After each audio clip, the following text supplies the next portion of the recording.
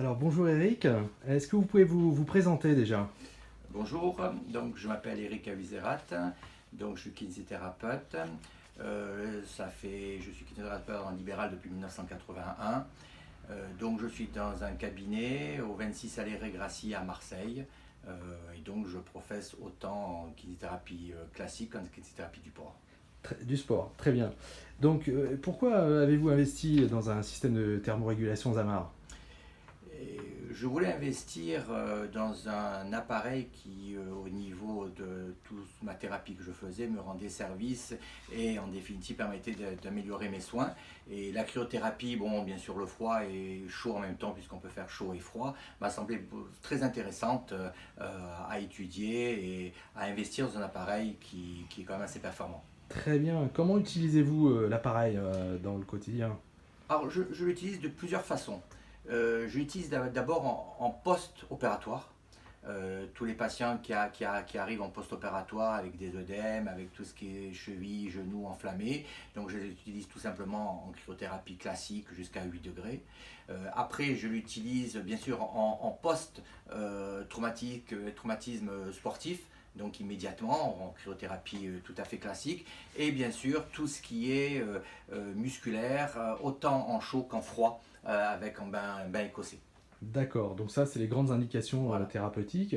Est-ce qu'il y a d'autres indications sur lesquelles vous êtes tenté Alors, par curiosité ou oui, alors j'ai fait pas mal d'essais en définitive sur la rhumatologie, sur des épaules gelées, sur des douleurs de sciatique, en essayant surtout les bains écossais, hein, avec le chaud et le froid, puisqu'il y a des programmes qui sont spécialisés là-dedans. J'ai moins d'expérience là-dessus, je trouve que les résultats sont quand même sensiblement meilleurs que ce que l'on faisait en physiothérapie normale.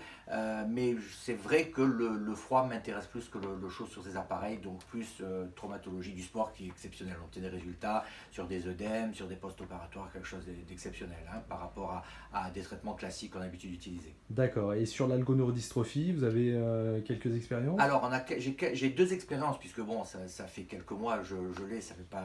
J'ai deux expériences qui, pour le moment, ne sont pas encore vraiment. Alors, j'ai des petits résultats, mais j'ai pas assez d'expérience Voilà, il encore faut un pour le peu plus de savoir. Voilà. recul peut-être. Alors, je trouve qu'il y a des petites choses en plus, mais le pourcentage, c'est il faut avoir 100 personnes, hein. Si Oui, on oui, a c'est deux ça. personnes, c'est difficile. Exactement. Mais dans le fonctionnement, je pense que ça doit aller, hein. Ce qui est sûr, c'est que les gens sont beaucoup mieux après, au niveau douleur. Après, dans la durée, je ne peux pas trop en parler pour le moment. D'accord.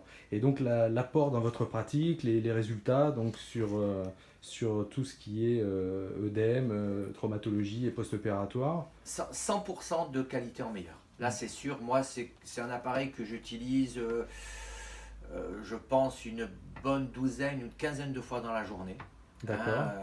et il y a vraiment un progrès énorme au niveau récupération, au niveau douleur, au niveau œdème, à 100%. D'accord. Je veux dire, c'est vraiment un bienfait par rapport à, bon, avec l'expérience que j'ai de kiné quand même du sport depuis des années, étant membre du pôle France judo et de la Fédération française de football, j'ai quand même une expérience au niveau sportif.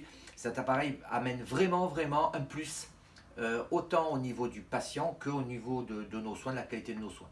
C'est vraiment un appareil que je ne regrette pas d'avoir pris parce que vraiment il améliore la qualité des soins, diminuer les douleurs chez les patients, un bien-être bien suffisant, une utilisation très simple. C'est D'accord. vraiment très simple d'utilisation en ayant les différents protocoles et en ayant en définitive tous les manchons qu'il faut. C'est vrai que je préconise d'avoir tous les manchons, hein. D'accord. C'est bien.